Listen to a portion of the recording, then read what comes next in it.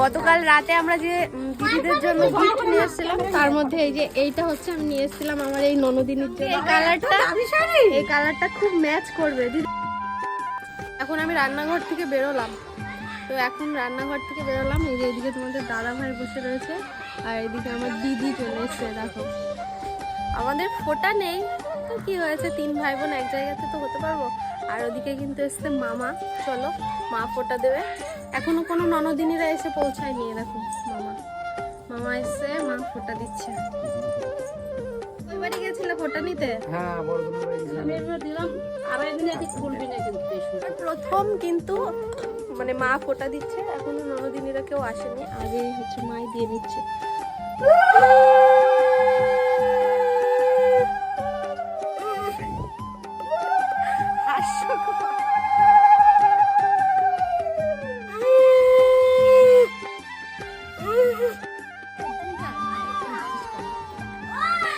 তো এবারে কিন্তু আমার আর একটা ননদিনী চলে আসছে, মানে ফার্স্ট একটা ননদিনী আসলো। এই দেখো দিদি, এই যে এখন ভাই ফোঁটা দেবো। তো এটা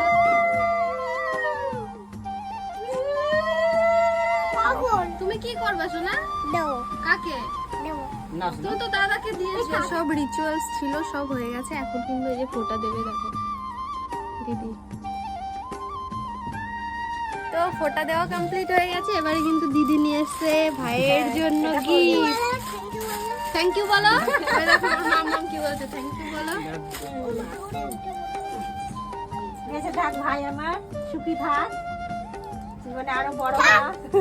গতকাল রাতে আমরা যে দিদিদের জন্য গিফট নিয়ে এসেছিলাম তার মধ্যে এই যে এইটা হচ্ছে আমি নিয়ে এসেছিলাম আমার এই ননদিনীর জন্য। এই যে এই ননদিনীর সঙ্গে এই কালারটা খুব ম্যাচ করবে দিদি। আমি আগের বছর ভাই ফোঁটা শাড়ি এই যে আগের বছর এরকম কালার, তো এটা নিয়ে এসেছিলাম দিদির জন্য। যাই হোক, এই যে অনেক দিন পরে দিদির সঙ্গে দেখো, অনেক দিন কবে দেখা হয়েছে বললে হবে না। দেখো মেয়ের জন্য গিফট। হ্যাঁ বাবা, তুমি বিরিয়ানি খাবা? হ্যাঁ, আরে রাইস খাবো বললাম তো। রাইস খাবে? ঠিক আছে, রাইস খাবো। আমাকে একটা হাম্পি দাও। দিচ্ছে। হ্যাঁ বললাম বাবা রে, আমার পেটটা ভরে গেল। এত কষ্ট করে রান্না করলাম সবার জন্য, আর সবাই এসে বলছে খাবো না খাবো না, কেউ খাবে না। এই দেখো এই ননদিনীর অবস্থা দেখো, হাতের মধ্যে করে শুধু মাংস দিয়ে খাচ্ছে, জাস্ট মাংস। আর এদিকে শ্রুতি ওর পিছনের থেকেই খাচ্ছে। দেখো এই যে না দাদা গিফট দিয়েছে, দেখাচ্ছে। দেখো দারুণ হয়েছে শাড়ির কালারটা, ভালো।